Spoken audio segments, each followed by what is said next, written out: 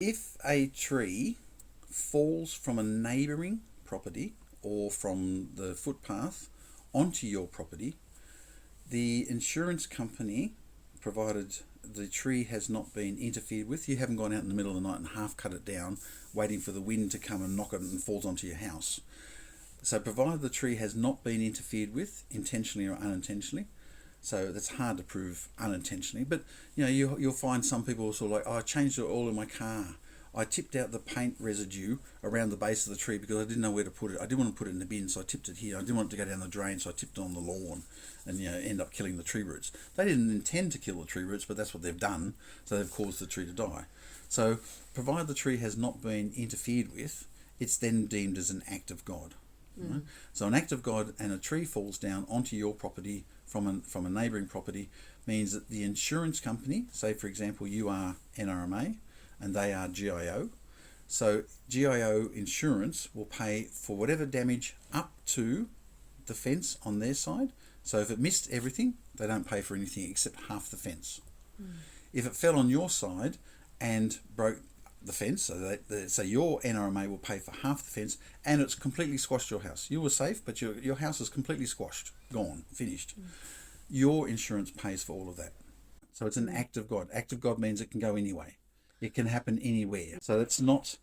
So the problem is if their tree fell on your house and you don't have sufficient insurance, or you don't have any insurance, you can under civil law, you could try and attempt to sue them, but you would have to prove that they knew that that tree was going to fall over, which is very difficult to do because it comes back under the act of God. If you're saying, I am concerned about your tree and I wish you to do something about it, it has been noted that you have a concern.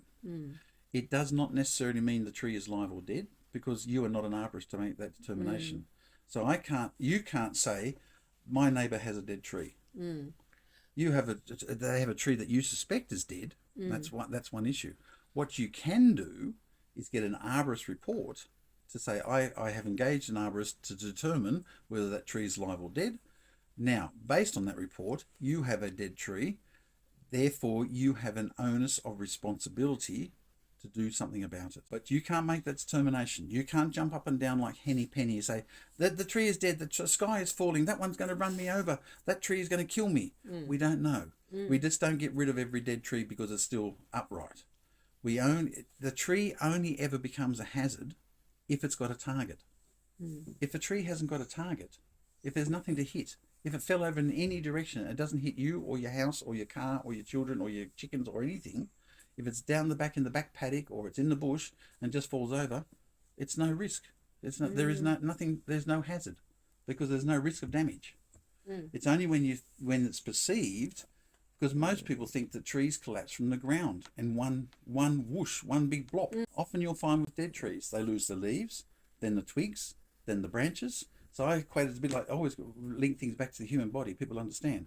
So it's a bit like losing fingernails, fingers, wrists, elbows, shoulders. It's very, very rare that the tree just falls over completely from the ground. Not a dead tree. Because the sail area is so drastically reduced, when the wind blows, it's just like blowing through nothing. There's no sail area for the wind to actually push the tree over. So again, using an analogy, it's a bit like a sailing boat. If people are out sailing and then they know that a storm's coming, the first thing they do is take down the sails and they'll use the motor to come home. They won't leave the sails up and risk the boat being blown over. So you take down the sail area, there's virtually nothing that the wind can actually knock over.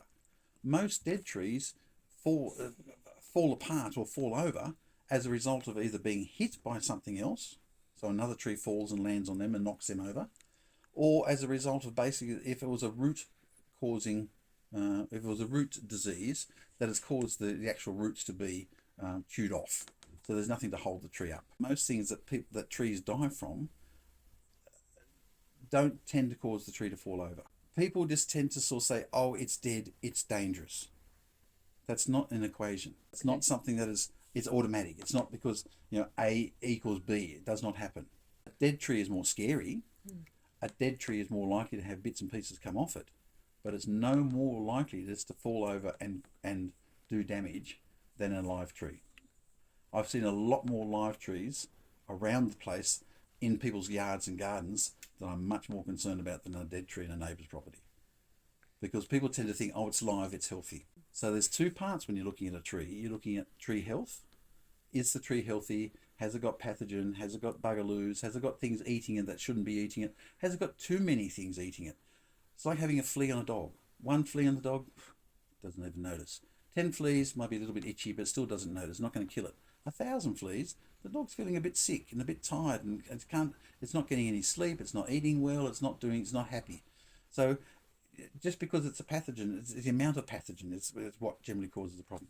So in this case here, if we're looking at tree health, we're trying to work out, is the tree within normal range of health? So everybody's got some sort of health issues. Sometimes you might have a bit of a cold. Sometimes you've got a sore leg. Sometimes you wake up with a crook in your neck and you think, I'm not going to die. I'm not going to be put down. Someone's not going to shoot me because I've got a crook in my neck, but I'm not as healthy as I could be. You show me anybody and I'll show you that nobody is 100% healthy. So that's one thing we look at is tree health. The other one we look at is tree form. So how is the tree positioned? How is it growing? How is it affixed to the ground? What is it like in relation to other trees? So if it's growing like a banana because it's right next to a very big tree and it's trying to get away from the big tree because it wants to get its own sunlight, doesn't make it any more or less likely to fall, but it means that it's likely to fall only in one direction. So a leaning tree is no more dangerous than an upright tree. An upright tree just had an opportunity to get to sunlight quickly before anybody else got in the way.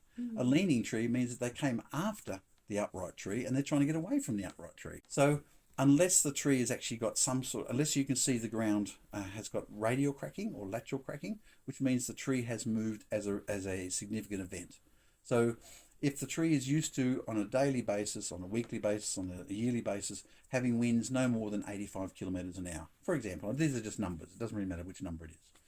But then suddenly a storm comes through and the wind is now 110 or 120, or as they had in Blackheath, in 2013, I think it was, or even a bit of 2011, 147, and trees are used to 85 or 90, that's horrendous. That puts so much strain on the roots. They're just not prepared for it, and that's why trees fall over.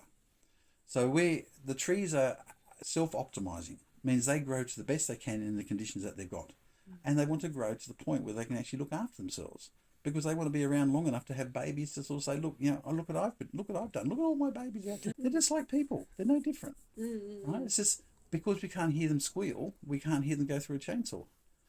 It's actually illegal to put people through a chainsaw, but I think it'd be far better off putting more people through a chainsaw than trees or a chipper. For goodness sake, people.